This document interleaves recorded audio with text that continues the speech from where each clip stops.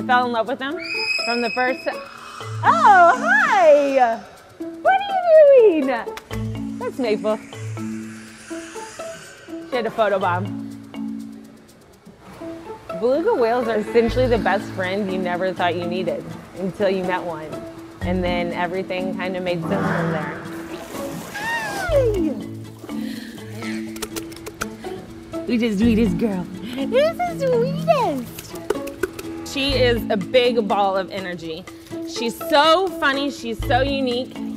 A lot of girls on the team say me and her have very similar personalities. And so working with her, our energy just kind of feeds off one another. And I think that's what makes it so much fun for me and for her. I love animals. I love all animals. I love all the animals I've worked with. But there's definitely something about her that's reached a part of me that I didn't really know. And all I can think about is if I hadn't met her, like what I'd be missing out on and how lucky I am that we came together. And now I get to experience this amazing time with her every day that I work with her. And I don't know, I love her. I love her for that. And I wish I could tell her. I wish I could tell her how much time I spend thinking about her. And I wish that she spent that much time thinking about me. I doubt it. But I don't know. I've also spent a lot of time wanting to know what makes Maple the way she is today. And it's funny because just last week, one of her past trainers came and met her, and then she was nice enough, she mailed us pictures of baby Maple. And to see her as a younger whale and like to finally see those pictures, it gave me a sense of fulfillment that I was missing. And I think it just kind of brings those pieces together and kind of brings us closer together. I finally got to see baby Maple. I would love for her to know that all her hard work and training that she does with us here could significantly one day play a part in generations of belugas to come. And I wish she knew how important she was, not just for her species, but for me. Coming in to work here with our animals, the days vary. Of course, we focus on their overall health and well-being. We work on those husbandry behaviors that many of you guys have probably heard about. We are always maintaining the blood samples, the gastric samples, getting weights on them. But that's just a small part of what we do. We also work with our animals closely to create a relationship.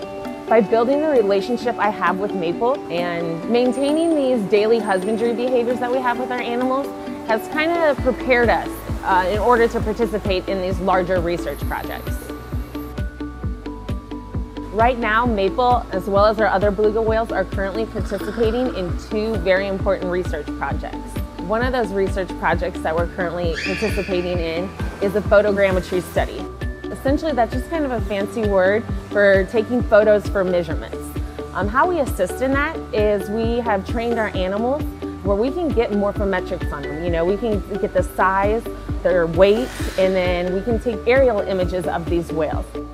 Researchers are getting drone images of three ranging populations, but with just those images, they're not really able to get a scale of what they're looking at.